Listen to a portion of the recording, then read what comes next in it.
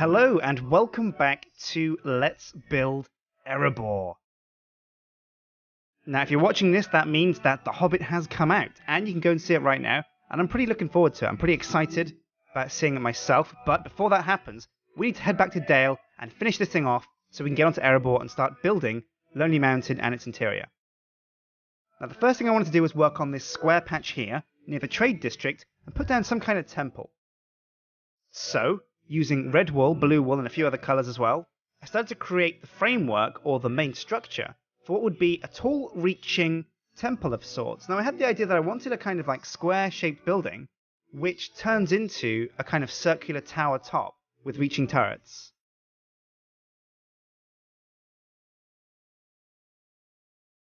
So with that in mind, I built slowly up, staggering the incline on the walls every few blocks, and of course tinkering around with copy and paste to make sure both of the sides of the temple were the same length. And then once I thought I'd reached up high enough so that I wouldn't touch or get too close to any of the surrounding buildings, I started to use a Minecraft circle sheet to plan out, with red wool, the circular drum parts of this tower.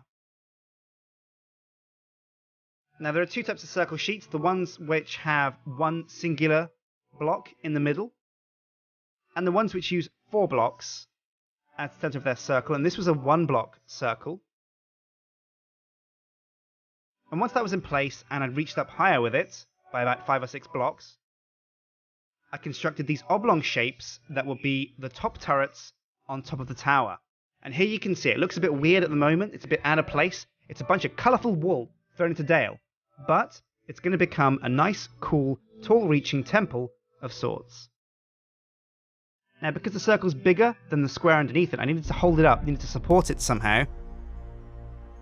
Before I did that, I came around and changed all of the wool into stone brick.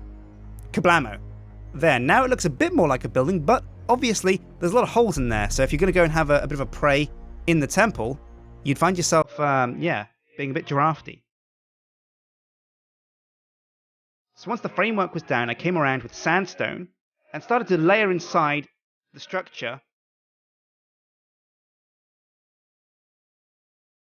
with a sandstone wall. Now building it inside of the square framework that we built here means we can cut into it and also place blocks on the outside that won't reach out of the building, but will let us add design and detail to the building itself. So again, reaching up to the second level with more of that sandstone. Now I hadn't actually built how the tower connects to the drum, so that's something I'll come back to. But before I do that, I wanted to come around to the bottom, add some floor and some decoration to the bottom sides of the temple. I wanted this to be kind of an elaborate building with weird kind of designs on the sides. So to start that off, I used stone brick steps to create this kind of weird, reaching support structure set. And this would, of course, branch over towards the wall and help hold it up.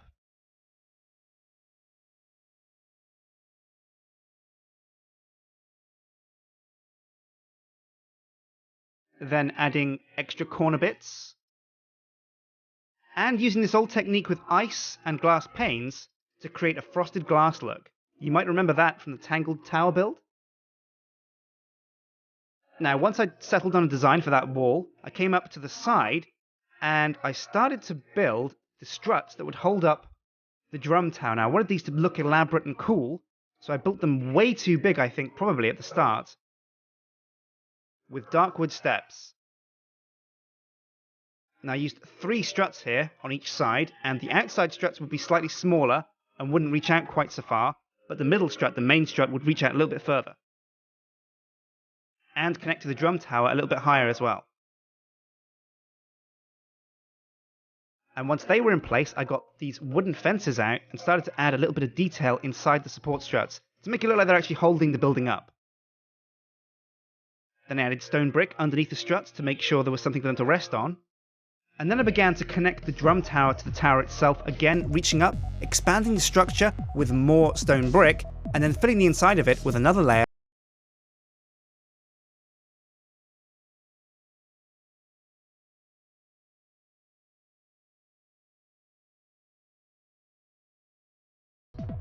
And now with those in place, I needed a few more support struts to hold up this drum tower. It's a bit too big, and those wooden struts just wouldn't cut it.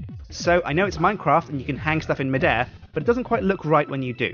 So I came out with these stone brick steps and added some shallower, smaller support struts and added some frosted windows too. Now with that complete, I came around the bottom of the temple and copy-pasted the design I had on one side around to the others using the rotate tool with World Edit. And there you can see the design on the three sides copied over to each other's side, and of course the support struts now going in too around every single side of the temple. Now I left one side bare from design at the bottom because that would be the front door and would look quite different.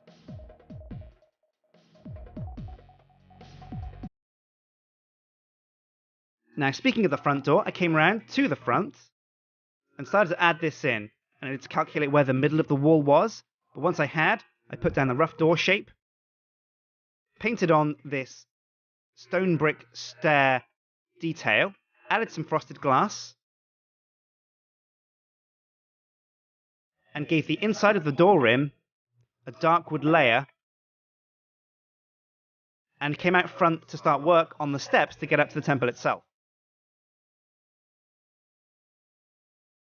Now I toyed around with the idea of making an arch in front of the temple, something for you to walk through before you actually go through the main gate, but nothing I put down looked quite right or felt quite right, so I scrapped that idea completely.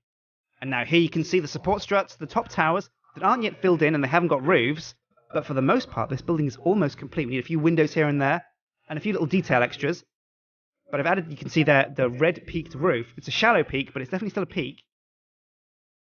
And now it was time to come to the inside of the towers and add sandstone to flesh these out a bit.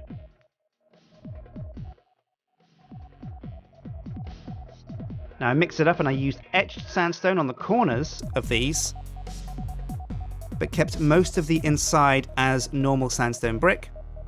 Then I put a roof on one and copied the effect onto all other three towers. Blam, blam, blam. There you go.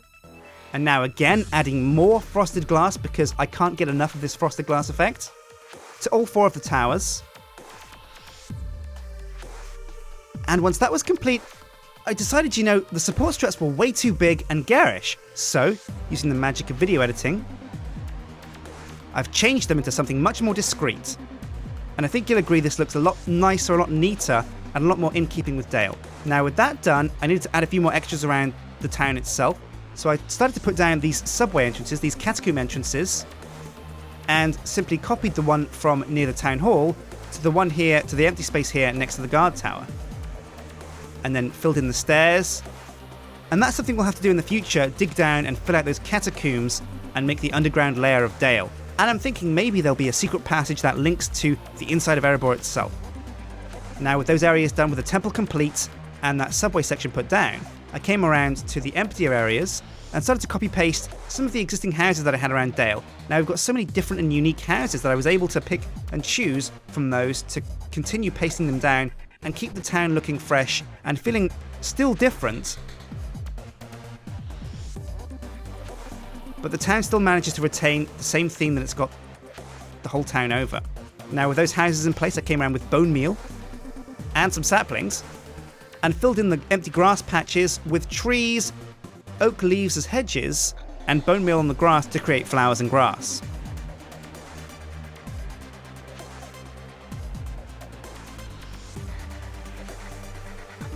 Now we're almost there. We're so close to the end, guys. It's almost in sight and I'm pretty excited. There's only one more thing to do. Well, a couple of things. The first being this empty, shallow trench near the trade district. Now we were going to put a bunch of stalls down here, some market stalls, some plinths, some areas of decoration, which you can come down and just admire and come and have a shop, come and see some of the fresh market wares, maybe there's a meat vendor down here, something like that. But to get down there, we needed a set of stairs. So I built these stairs, reaching down from near to the rich district, filled those in with cobblestone steps, and made them solid too, adding a little bit of detail with sandstone and sandstone steps. And then with that complete, it was time to put down a few of these stalls. Now I copy-pasted some of the market stalls that we had inside the trade district itself, the underground section, but I didn't want too many of them to be the same, so I just left these 3 here, put down these 2 beds, which would become decoration and park areas, and then I put down a custom outdoor market area, coloured in the park areas with grass, added some hedges and some trees, and bone milled some grass to give it a bit of density. But it was still looking a bit empty and a bit bare, so I added this small kind of structure here where perhaps a more permanent vendor, a more permanent merchant, can come and sell his wares from regularly. This is a little bit more secure, and it's more like an outside hut where you might come to buy food or something stored under the safety of a roof. And also we needed to add some guardrails to some of the roads and regions of Dale, and I liked what we've done here with the wooden fence posts and the stone brick steps. So I ran around pretty much the whole of Dale with fence posts, adding this exact design across all the roads I could find.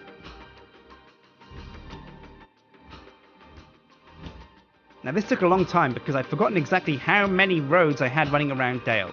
When you consider the size of the kingdom, it's about a third of the size of Dale, which really puts into perspective how long it's taken us to build this compared to the kingdom and how much work we've done in a much shorter amount of time.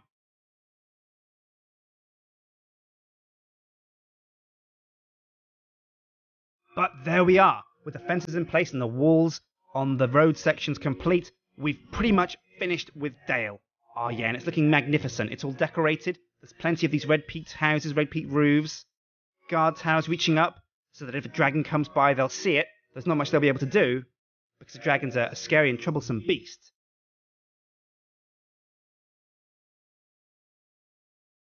The rich district down here, with the large mansions and the richer areas, the richer denizens of Dale, all looking pretty swish. And of course this temple tower that we built this episode, which I'm really happy with. The blacksmith, the trade district, the amphitheatre, the gardens, the rivers, the bridges, everything's pretty much complete, and I'm really, really excited. Now I really can't wait to get to the cinema tomorrow, as it is for me. I'm not sure when that'll be for you, but I'm going to go and see it, and enjoy the movie for sure. And as we swim through the river and slowly approach the Erebor gates and Lonely Mountain, we can come around next episode and finally get inside the mountain and start crafting this dwarven fortress. So, I've been Sjin, and this has been Let's Build Erebor. Hit like and favourite and subscribe, and I'll see you guys next time when we should be going inside the mountain to start building the fortress itself. Take care.